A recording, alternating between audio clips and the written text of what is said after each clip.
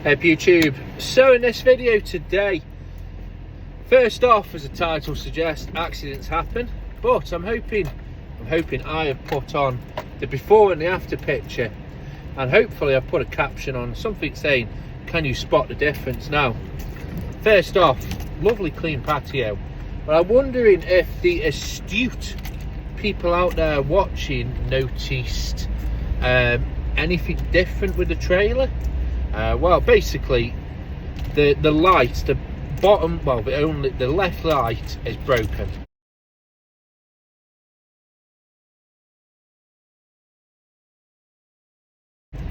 And it's me.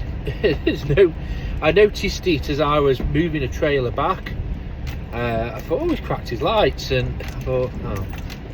And when I got in the van, I had a look at the before pictures and the after pictures, and I noticed that, yes, indeed, the light was cracked, damaged, but beforehand it wasn't cracked and damaged. So basically I've done it. You know, it is what it is. These things happen. While I was there, I looked at the make and the model of a trailer. I got the make and the model of a trailer. I contacted ordered them. They're here actually. I need to go and fit them. Ordered them. They come the next day. Amazing service. I dropped a text message to the chap at the end of the day. First off, giving him the bill. But second off, I just said to the chap, basically, you know, accidents happen. As I was moving stuff around, I've broken the back left pane of glass on your trailer. I says, but I've took the make and the model, I've ordered replacement glass, and as soon as I can I will come and fit it for you. Many apologies. And I will replace both of them, because I noticed the other one is, you know, I'll just do the pair because I've got a pair. It's 2 screws on each.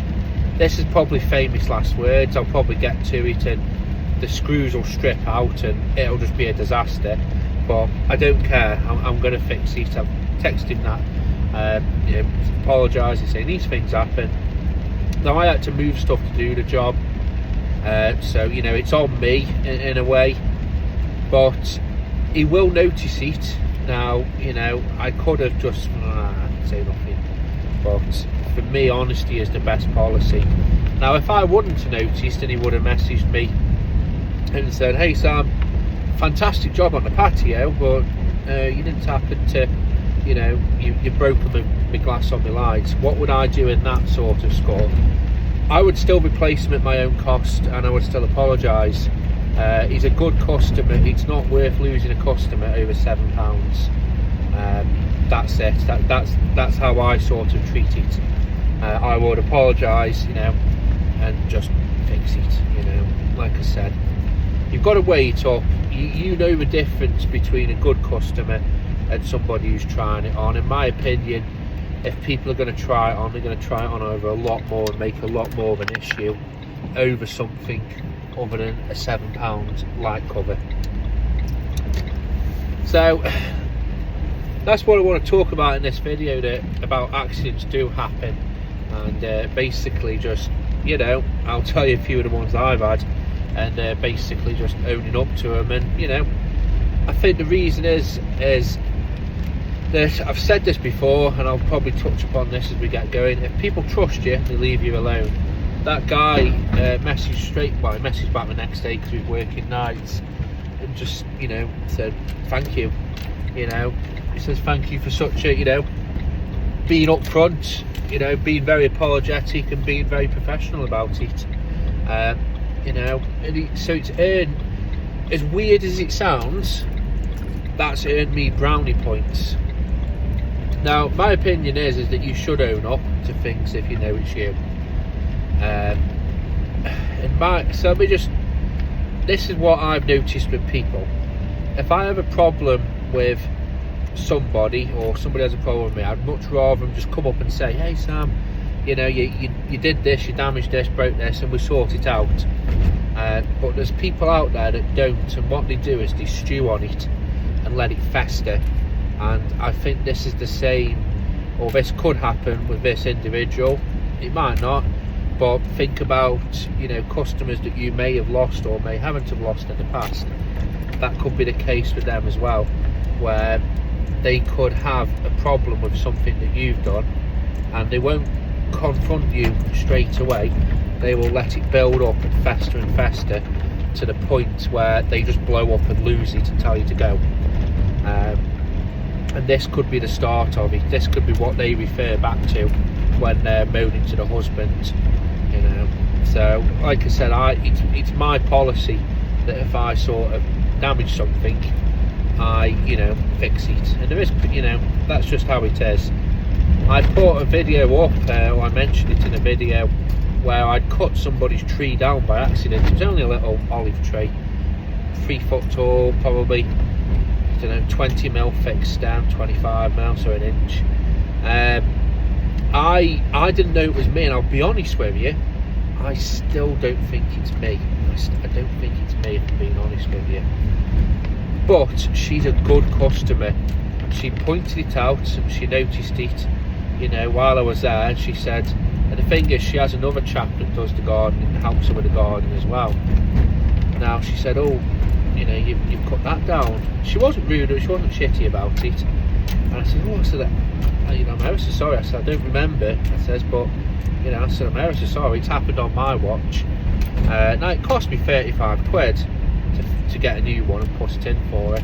I don't mind that, because it's keeping her. She thinks I've done it, and and to be fair, she did say to me, don't worry about it, you know, I'll let you off, so to speak.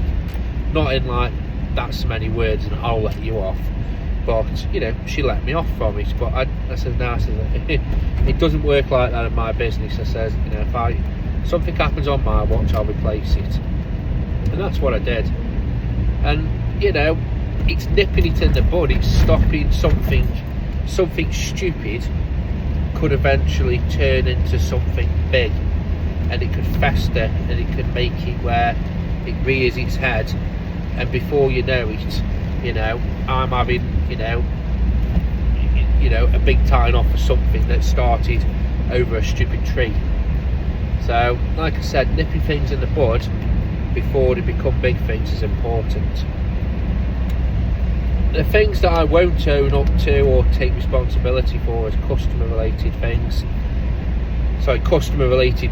And they do. So whenever I cut a hedge, I'll always say to the customer, is there anything in the hedge I need to know about? Any power lines, internet lines, Christmas lights? Oh, no. And it's not happened recently, but it happened early on, where I cut through a lot of lights.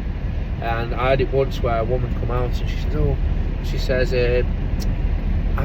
she says to me, yes, there is lights, but they're old lights, so if you cut through them, don't worry. So I just cracked on, and I noticed all these lights were just coming down in streamers. You know, and I hate it, because you can't pull them out, because the hedge grows through them, and if you try and pull them out, you rip it up, ball ache. So I just cracked on with it, and she come out and she says, your husband's just told me put a new setup last week. You haven't started yet, have you? You know, I was like, I've nearly finished this one side. She's like, oh, I'll go and tell him. Nothing came up from it. I personally, in that situation, I wouldn't be putting my hand in my pocket, because you gave him a chance. There's one thing that happened a few years ago now, and nothing ever came off from it, but this lady, she was a difficult lady. Nothing ever came off from it, and I don't know what she was actually hoping for with having this conversation with me, but she accused me of poisoning one of her plants, weed killing it, not poisoning it, weed killing it. And she said to me, she says, have you, I went and knocked on for her, and husband let me in. She says, she called me and she says she wants a word with you, and he rolled his eyes at me. I said, oh, I said, okay. I said, what's the problem? And she says, my smoke bush, whatever that is, like a big head on it. She says, it's died. Do you know anything about it? I think I've told this on the channel before. And I says, no. I says, why? She says, well, it's very funny how you know, you were here one visit and he's died another visit. I think you weed killed it. Now, this is my way of dealing with things like this, and maybe it'll help you.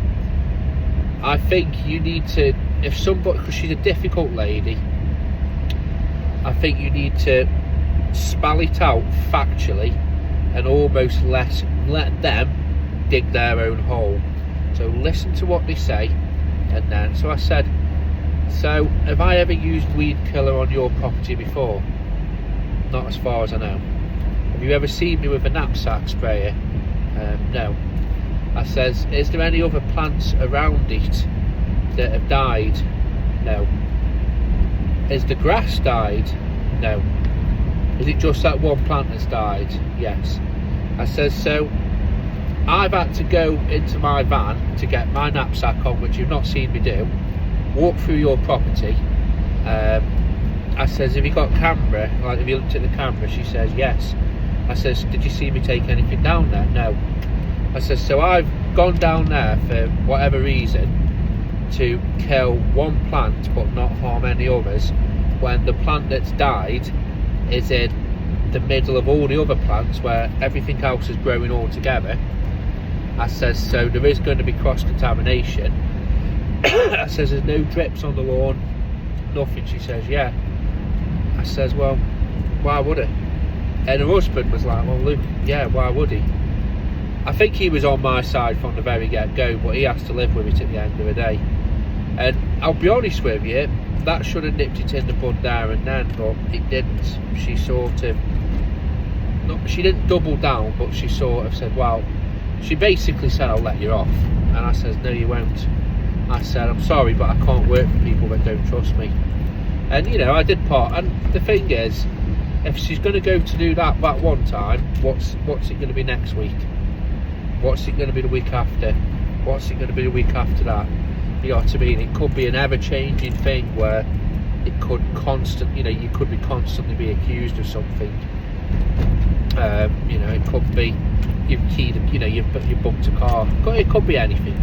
I don't want it at all. So for me, I remove myself from situations like that. Unfortunately, it sounds horrible. It sounds over dramatic. It sounds like you're flouncing off, but you're not. Ultimately, you're protecting you know, yourself and your business. So I hope this video helps, guys. Like I said, just be honest with people, and at the very least, you know, if we all do stuff, I've done, you know, I've damaged things before. I'm not gonna lie. I remember one of my customers, he had a gnome, and I trimmed his, you know, trimmed around the edges, did all that for him, and I had the blower and I was blowing all around the side of it, and I literally just turned and I knocked the hand off the gnome, and it just went boop, and because he had his thumb up, I knocked his complete hand off his cuff, and I thought, fucking hell. So I told the bloke, and I says to him, Lucas, I'm ever so sorry, I've had an accident with your gnome. And he says to me, he says, Luke, he says, you know, it's my fault, I should have put him in over winter, but, you know, he used to be my dad's, and he has got quite a bit of sentimental value. I said, well, are you okay if I fix him for you then? And I fixed him. I took him home. He had a couple of days holiday in my workshop.